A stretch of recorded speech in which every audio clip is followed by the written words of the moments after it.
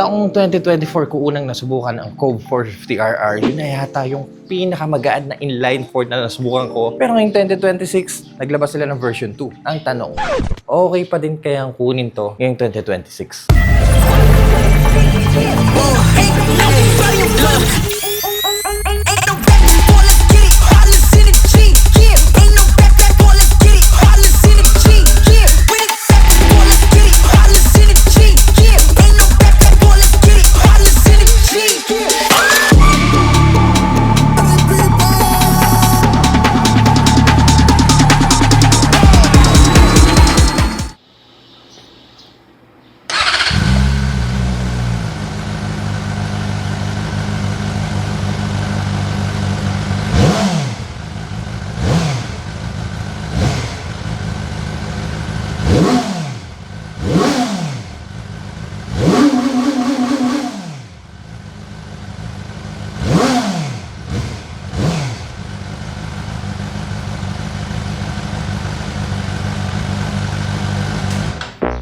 Bago tayo magsimula, gusto ko lang i-share sa inyo na available na ulit ang merch natin in collaboration with Imprint Customs. Kaya kung matagal ka nang nakasubaybay sa channel at sa amahaw nakatulong sa inyo ang mga videos ko, may we kindly ask to support this channel by buying our merch na ilalagay natin sa description box. Maraming thank you sa suporta, guys. Alam niyo dati, napakahirap makahanap ng inline 4. Kapag nga naka Honda Super 4 ka noon, iba na ang arrive mo eh. Pero ngayon parang pancake na lang kung maglabas ng inline for mga Chinese brand. Tsaka dami na ding abot kaya. Katulad na lang nitong Cove 450RR. Ito na ngayon yung version 2. Pagdating sa makina, nagkaroon ng bahagyang tweaks. Gumagamit ng parehas na 443cc displacement, liquid cooled inline 4 engine, double overhead cam with 70 horsepower at 13,000 RPM. Yes, high revving ang bike, and 39 Nm of torque at 10,500 RPM. Hindi na bago yung peak power ng bike for 2026, pero nagkaroon ng redesign sa structure ng valve drive para yun ma-improve ang vibration at makontrol ang ingay. Also, nagkaroon ng bahagyang tune sa makina. 14 liters pa din ang fuel tank capacity at may timbang lang na 165 kilograms. Pinakamagaan pa din na inline 4 so far. Yun yung trademark niya eh. At may SRP na 388,000 pesos. Siguro mag-umpisa tayo dito sa harap. Buksan ko lang yung motor para mas ma-appreciate natin. Dang! Man, ang ganda ng front end nito. Alam niyo yung mukha niya, aminin ko sa inyo, medyo hawig siya sa Fireblade ng Honda. Tingnan niyo yung hugis ha. So, doon pa rin yung familiar na mukha niya. I mean, meron kayong dalawang daytime running light dyan. Parang kamot. Then, projector lamp. Pero kapansin-pansin sa kanya yung winglet. I mean, yung dating parang binili mo lang dyan lang. No offense, pero mukhang ganun yung itsura kasi nung unang version nito eh. Pero ngayon parang nakalapat na siya sa cowling eh. I mean, may dedicated siyang access para sa winglet. Ayan o. Ginawa nila to para maging planted ang front end nyo pagdating sa mga high speed, especially kung pag mag-race track kayo, dyan yung mararamdaman yung downforce. Then mayroon siyang rama air intake dito sa gitna. I think dati ganun pa rin naman, mayroon pa rin siya nito. Pero ang ganda ng front end, no? Then kapag buksan natin all the way yung bike, ayan, ganyan yung tsura niya. Ang pang isang mukha, no? Tapos sabay mo pa ng ganitong klaseng side mirror. Patingin ko muna para magkarinigan tayo. Kill switch lang naman. Man, integrated yung signal light nyo sa mismong salamin nyo. So kapag liliko ka, ganitong itsura niya. Ayos, no? Parang yung mga nakikita lang natin sa mga liter bike. Then for the windshield, yung dating clear, yung ngayon smoke visor na yung nilagay nila. Para sa akin na medyo mahaba yung itsura niya, may kataasan siya para sa mga ibang stock windshield. So ito yung front end natin na may sticker ng 450RR sa bandang kaliwa ng motor. Kung titignan natin siya sa gilid, ganito ang datingan niya. For the tank, andun pa rin yung familiar na hugis na may Cove sticker dito sa gilid na pwedeng bakbakin. Walang top coat sa sticker niya. By the way guys, mayroon kayong tatlong option para sa colorway ng Cove 450RR na version 2. Itong color white na nasa harapan nyo ngayon, isang pula at isang itim. Pero personally, iba ang datingan ng white para sa akin. Tapos sabayan mo pa ng pulang trellis frame, white fairings, tapos pulang frame. Linis ng datingan. Pero kasi ibang bansa nakikita ko pula yung mags nila eh. Mukhang ito yung available na colorway niya for 2026 para dito sa Pilipinas. White bodyworks, pulang frame, then itim na mags. Dahil nasa sport bike tayo, fully furred ang Cove 450RR hanggang dito sa baba. I mean, ayan o. May sticker kayo dito sa taas, also sa baba. Medyo alanganin lang yung cutout ng sticker band na doon. Pero anyway, nabasa mo pa rin naman. Yun nga lang guys, hindi ko alam kung saan pwedeng isalpak yung frame sliders.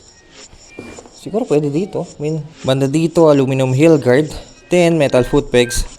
Ganun din para sa pillion. Then, for the seat, ganito ang itsura ng tail section niya. Meron kayong sporty main seat at separate pillion seat para sa mga pasahero nyo. Ayan, ganyan. So, kung maglalagay kayo ng seat cowl, kung gusto nyo malinis tignan yung tail section nyo, pwede rin. Hindi ko lang sigurado kung meron ng aftermarket para doon, pero para sa akin mas bagay ito kapag naka-seat cowl. Then, ganito ang cutout niya sa likod. Ganda ng tail section, no? Medyo maliit yung pillion seat niya. Then, malapad naman yung main seat niya na may nakasulat na RR. Iba talaga kapag motor mo may nakasulat na RR, no? Parang sobrang bilis na agad ng motor mo, eh. Well, actually, pwede rin palang hawakan to para sa mga pasahero nyo. Kasi mga sport bike ngayon, talagang wala na talaga. Katulad ng sa X10R dun. Pero dito at least, pwede silang may kapitan. And for the tail light, ganito ang itsura niya. Ganda, no? I think this is the same tail light katulad ng naunang version. Pero pogi pa rin, dalawang linya lang sa magkabilang gilid. So kapag pipreno, ayan, may separate ilaw pala siya para doon. Dumako naman tayo sa dash. Buksan natin yung motor. Medyo may dili lang siya ng bahagya. Then, bubungad 450RR logo. Then, boom. Ano to? Error ba to? Okay. So, may warning or may information na ABS performance mode. Pero anyway, ito ang dash natin. Ganito po kaganda. So, for this bike, naka-TFT na po ang display nyo. Sporty yung layout niya. Then, white background. Hindi ko lang sigurado kung napapalitan to. Anyway, sa taas, ang ating engine temperature, also fuel gauge. Tsaka nakikita dito kung ilan na lang ang natitirang kilometro sa gasolina na meron kayo. Then, sa upper right, ang ating clock. Sporty tachometer display din ang ating speedometer na bold yung font. Kitang-kita natin yung speed natin dito. Then, sa baba, ang odometer na 75 kilometers pa lang tatakbo. Nice, batang-bata pa. Lower right, ang gear indicator. At lower left naman for our riding modes. So, para mapunta tayo sa menu ng bike. Oo nga, nababago yung display. Oh, nabago na naman. Nasa madilim na lugar kasi tayo kaya hindi niya na-detect kung paggabi na ba o tanghaling tapat pa. Anyway guys, nasa kaliwang handlebar ang mga controls para maset nyo ang display ng bike. Alright, so menu ng bike. Medyo marami-rami ito ah. Anyway, umpisa natin dito sa trip data. Medyo maliliit yung mga font niya. So, mas maganda kapag kakalikot kayo dito na full stop kayo. So, trip meter, average fuel consumption, average speed, trip time, at kung ano pa. Battery voltage, makita rin pala dito.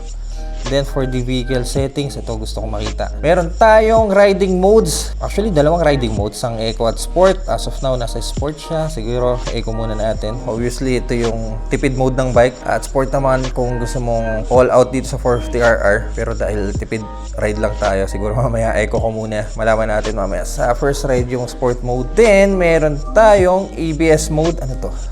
Meron tatlong options, ang standard, ang pro, at ABS off. Traction control. Yes, may traction control kayo sa bike. On, off, at always off. Always off? Teka, bago sa akin to ah. Usually, on and off lang. Tapos may always off. Lagi natin buksan yan. Traction control yan. Importante yan. Right, for our headlight naman, pwedeng auto at pwedeng always on. Also maintenance. For this bike, guys, ang kagandahan sa kanya, ang gusto ko sa kanya, meron siya navigation na makita nyo mismo sa display ng bike. Pinutin lang natin itong Wi-Fi connection. Then, sikan natin yung QR code. Gamit yung app nila. So, nakonekta natin yung app sa display ng bike. Then, dude, ayan, meron na kayo navigation. So, for example, pupunta kayo dito.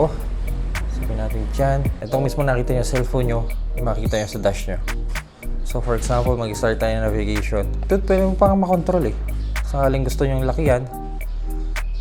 Ayan, gusto nyo mas wide. Gusto nyo mas zoom. Galing, no? Nakakontrol ko siya dito. Then, meron dito yung screen mirroring. Ano to? Nakikita nyo sa phone nyo, pwede nyo makita sa display. So, for example, baba ko siya. Ayos ah.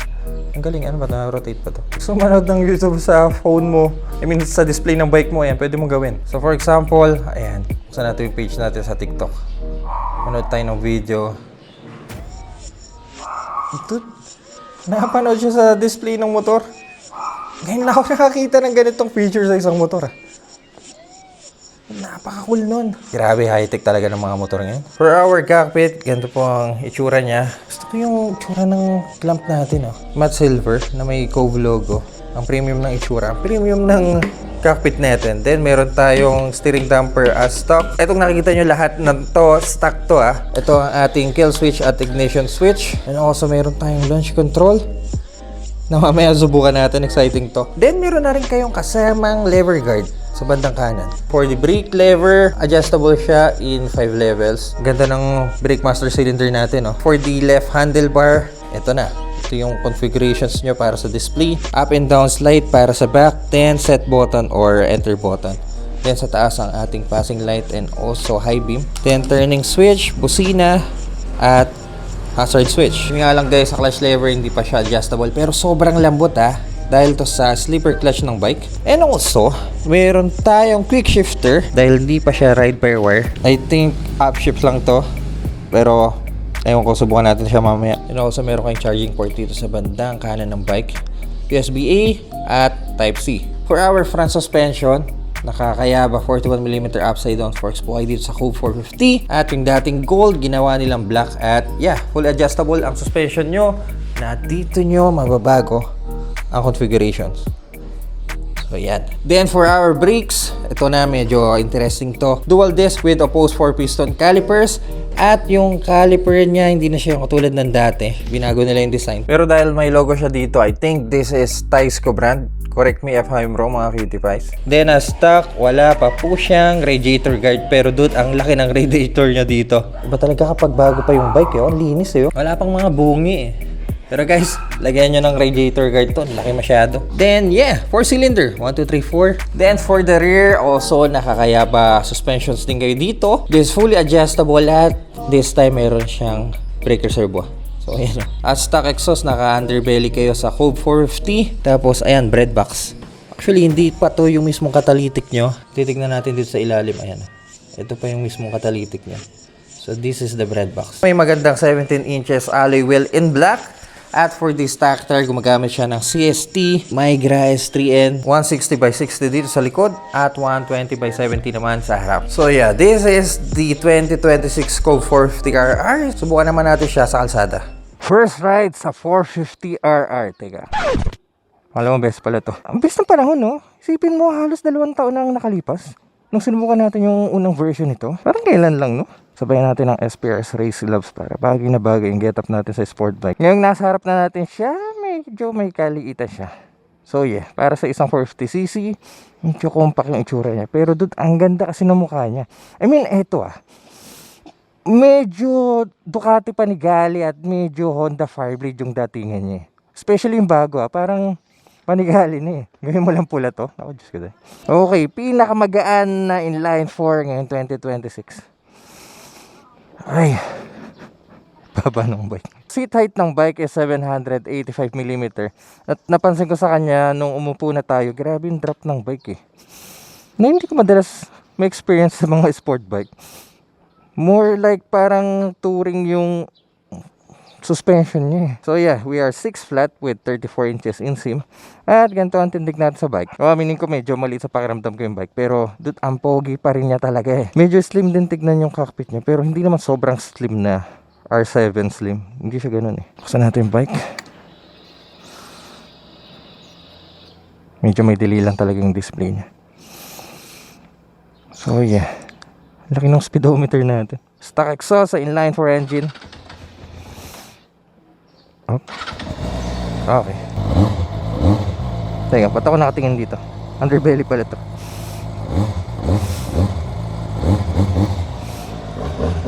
Sarap ng tunog, no?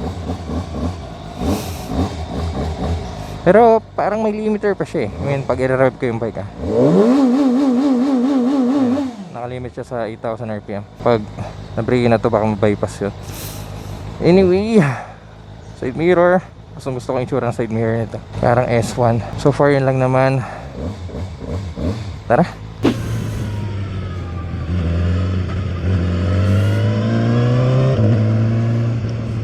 Bahoy din Ergo natin sa bike, we are in a sporty riding position.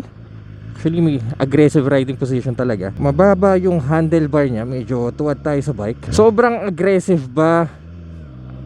Hindi ko masabing oo, hindi ko masabing hindi. Nasa gitna siya noon. Hindi same position to ng CBR 650R ng Honda. Hindi rin ZX4R. Mas nasa aggressive side siya.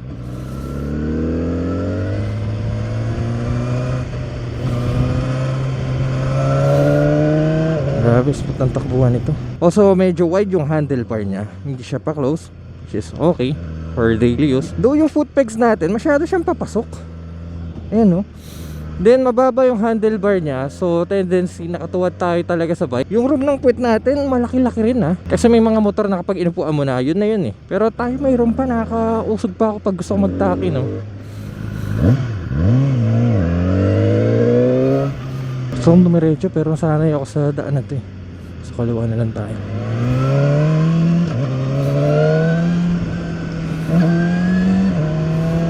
Sarap ng tunog ng inline 4, no.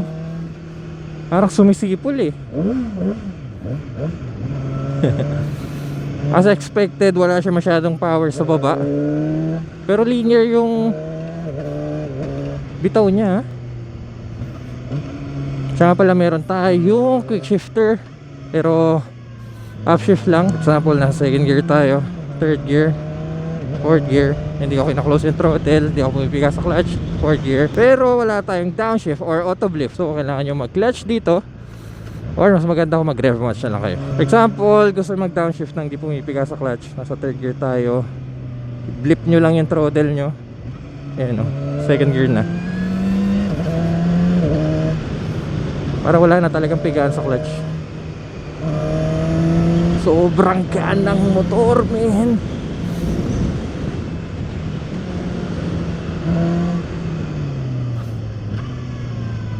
Ang dali niyang i-flick eh.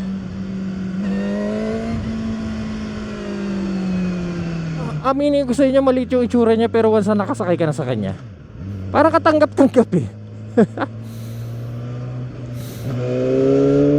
Nabibitin lang ako sa low end power niya,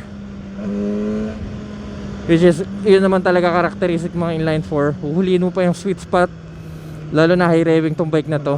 Nasa mid to high RPM yung sipa niya. So kung naghanap kayo ng power acceleration sa bike, wala masyado ang Cove 450. Lakas din yung brake, ha. Ilang po. Ayan, ha.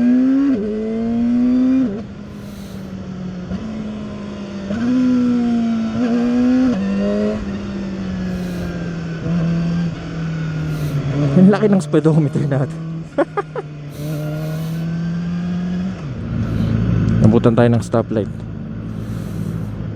Okay. As of now, riding mode natin nasa eco. Siguro lagay natin sa sport mode. Ang ngayon ko lang sa kanya, wala siyang quick access para sa riding modes. Kung gusto mong baguhin yung settings ng bike, I mean for example riding modes, kailangan mong mag full stop. Temperature natin, nakita naman natin sa taas yung actual number, 102, 106. Grabe ang init nun, hindi pa umaandar yung fan nya, pero 103. Usually mga motor ko maandar sa ganitong klaseng temperature. Oo nga, medyo mainit nga yung buga nya. So yan, ganda ng cockpit natin, no? I mean, sa inyo medyo familiar sa CF Moto, yung nakikita natin ngayon. Pero itong yung windshield natin, laki nito, okay na sa akin to. So meron tayong steering topper just in case mag-wobble kayo, tulad ng nangyari sa atin last video. Hindi naman talagang mawawala yung pagka-wobble ng bike, di mo may iwasan sa mga motor yon, lalo na in high speed. Pero at least dahil dito sa damper ay malilesan yun, may stabilize yung handling na. Grabe, 107 degree na. Grabe naman umiinit ang motor na to. Diyos ko day, ang init na na. Okay, first gear, nasa sport mode tayo. Tiga tayo dito sa open area. Sarap ng tunog ng inline 4.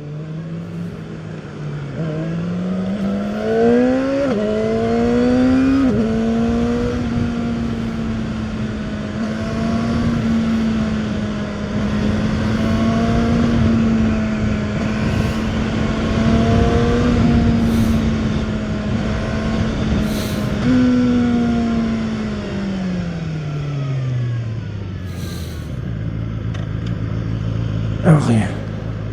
Ang daling ilapat yung paa, ang baba ng seat height eh. Malakas din yung brake especially sa foot brake. Kadalasan mga foot brake mahihina, wala masyadong kagat. Napansin ko lang yung suspension niya, medyo nasa touring side. Masyado siyang malambot para sa isang sport bike. Daling flick ng motor, ang gaan kasi Problema ko lang, baka harangin ako dito sa testing area natin. Kasi 400cc pataas lang pwede pumasok dyan. Dahil maliit sa akin yung motor, baka harangin tayo, sabihin, boss, ilang cc yan? Baka kalain nila 200cc. Lambot din ang mga gearing natin, gawa ng slipper clutch. Pasok tayo dito. Subukan natin kung harangin tayo. Harangin ba tayo?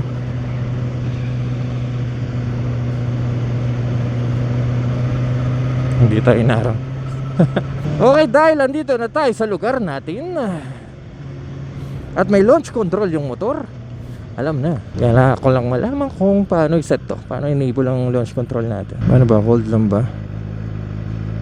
Oh, may nalabas na flag doon. Ayan, may flag na indicator doon. Ibig sabihin natin nakaset na yung launch control. So subukan natin. Go for 50RR version 2 na naka-launch control.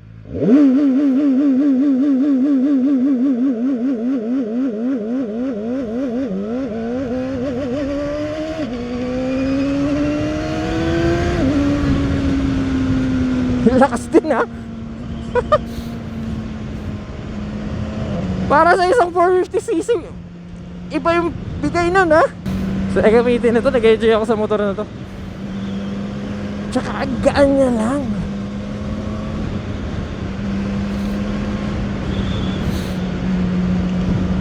Brake check sa harap. Subukan natin. Okay, malakas din. Brake check sa likod. Dahil may ABS tayo, para sa naka-engage, hindi siya nag-skid. Do pwede nyo naman patayin yung ABS sa rear. Tuwa ako sa motor na to. Dude, 70 horsepower na 165 kilograms. Iba yung bitaw nito. Tsaka high revving yung bike Kahit magbabad tayo, for example, second gear,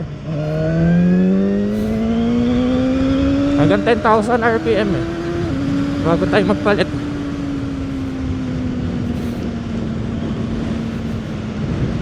So yeah, isa to sa mga beginner big bike na masabi kong masaya gamitin sa track. So naka-inline 4 gun Tapos pang sport bike talaga yung ergo ng bike. Tsaka natutuwa ako dito, pwede mong makita yung screen ng cellphone mo sa display ng bike. Kapag pinalayas ka sa bahay nyo, pwede kang mag-Netflix dito sa motor mo.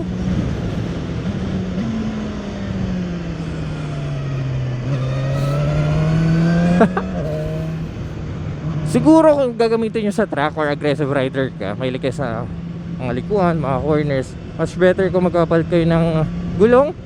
Dahil hindi ako masyadong kumpinsido dito sa stock tire nya. So far, enjoy ako sa bike na to. Pagdating naman sa competition, kalaban nito sa market, unang-una para sa akin sa X-Moto na 500. Hindi pa ako nakakasubok noon, pero sana hopefully soon sa mga review natin. Papakita ko sa inyo kung ano mga offer ng bike na yon. Sa Kawasaki ZX4R, yun talaga. Kung inline 4 ang pag-uusapan, yun ang isa sa mga dapat kalabanin ng mga brands pagdating sa ganitong klaseng category na motor. Honda CBR 500R, yung kasi conventional 2-cylinder yung engine nun. Then meron pa yung Aprilia 450 nga ba yun? Nakalimutan ko na. Then also yung CF Moto na 2-cylinder pero naka 270 degree ang crankshaft. So maraming beginner sport bike ngayon sa market, pero ilan lang ang naka-inline 4. At masabi kong isa ang Go 450RR sa mga masayang gamitin kung papipiliin nyo sa category na yun. Okay, fuel consumption ng bike, kumonsumo siya ng 7.6 liter per 100 km. 13 km per liter. Seryoso ba to? Hindi ko lang sigurado kung accurate yung reading ng gas consumption niya, pero dito sa display natin yun yung lumalabas. Grabe, pang 1000cc na yun.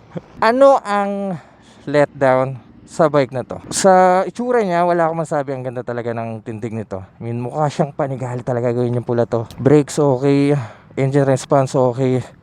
Actually, tuntua ako sa makina niya. Gusto ko yung makina niya. Para sa isang beginner bike, ewan ko, iba yung bawat piga natin sa bike Siguro yung init lang ng bike, 107 degree. Grabe yun.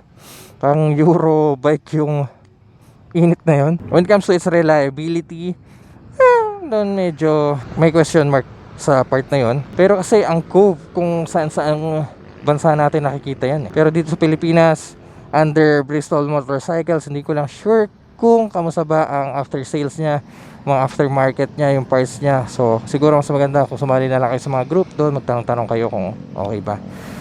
So far, yun lang ang masabi ko sa bike. Punta ulit tayo sa garahe, pakilala ko sa inyo yung owner at kung ano ang na-experience sa bike na to. I want you all to meet Quaps. Siya ang may-ari ng version 2 na Cove 450RR. Bro, may tanong ako, bakit Quaps Channel ang pangalan? Ano kasi yan, minsan kasi may mga tawagan yung mga rider na Pops, Waps. Kaya nagsimula. Waps, pinag-isa ko lang. Ay, ganun pa pala yun. No? Bro, unang tanong, bakit ito napili mo? Kasi ang daming option ngayon eh. Andiyan ang CX Moto, andiyan ang CF Moto, ang QJ kung meron man, ano pa ba, mga Japanese brand, also Aprilia. Pero bakit, eto, unang motor mo ba ito? Ay, actually, unang sports bike ko. Unang sport bike mo na high displacement. Oo. Talagang naka-click 125 version 3 lang talaga ako. Tsaka actually, sa mga hindi po nakakalam, Food Panda delivery rider po ako. Food Panda ka? Halo-halo, Food Panda. Eto, pag Food Panda mo. Tignan natin. Ayos ah.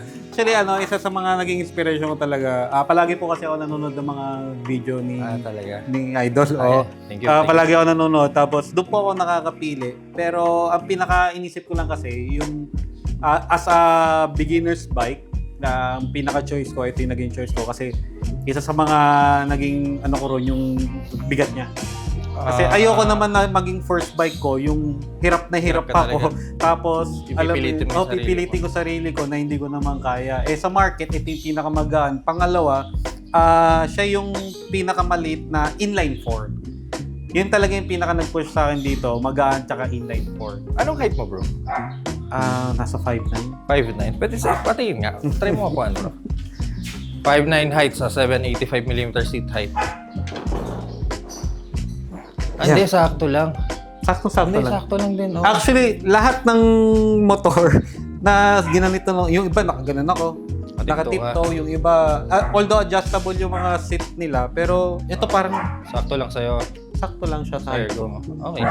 Meron ka bang napansin na, teka, bakit ganito? I mean, Actually, isa lang. Yung pina-full tank ko siya.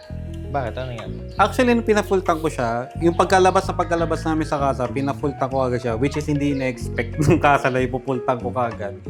Nag-overflow.